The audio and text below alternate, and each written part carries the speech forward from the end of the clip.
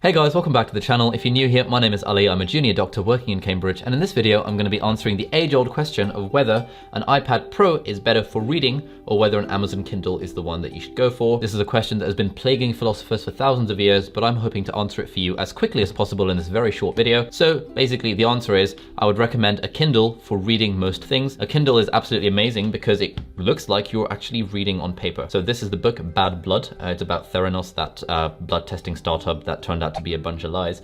But it's a sort of book that I'm going to be reading cover to cover. It's a sort of book I would read from start to finish, and therefore reading it on a Kindle is absolutely perfect because it looks like real paper. It feels like reading an actual book. And I've been using the Kindle to read about 99% of the books I've read for the last like 10 plus years. The only thing an iPad is good for, in my opinion, when it comes to reading is for things like medical textbooks, where you want to be able to kind of scan it from page to page. You want to be able to flick around. You want to be able to grab your Apple Pencil and maybe annotate some bits and bobs on your iPad. That's the sort of thing that is just completely impossible to do with a Kindle. So if the sort of reading you're going to be doing involves actually reading cover to cover, 100% you should get a Kindle. Even if you have an iPad, it's just a far better experience reading on a Kindle because it looks like real paper. You can read it in bed. It doesn't strain your eyes. The new Kindles are waterproof. iPad is not waterproof.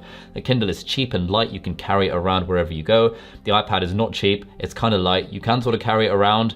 It's quite hard to use the iPad Pro one-handed. You could use the iPad Mini one-handed, but fundamentally, reading on an iPad feels like reading on a screen, whereas reading on a Kindle feels like reading on real paper. That completely sells the Kindle for me. Like, if you want a device for reading, you have to go for the Kindle.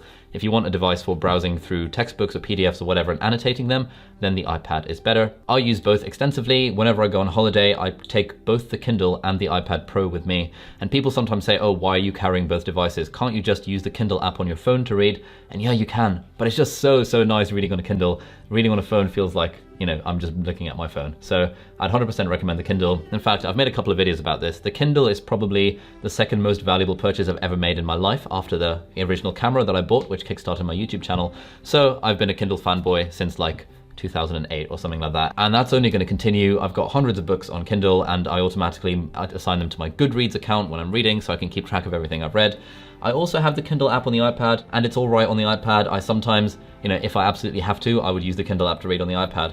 But it's just not as nice. It's like reading on a screen rather than reading on paper. So yeah, that's pretty much it. If you want to read, then you should get a Kindle. If you have an iPad but don't have a Kindle, I would still probably recommend you buy the Kindle because it's just for a far better experience.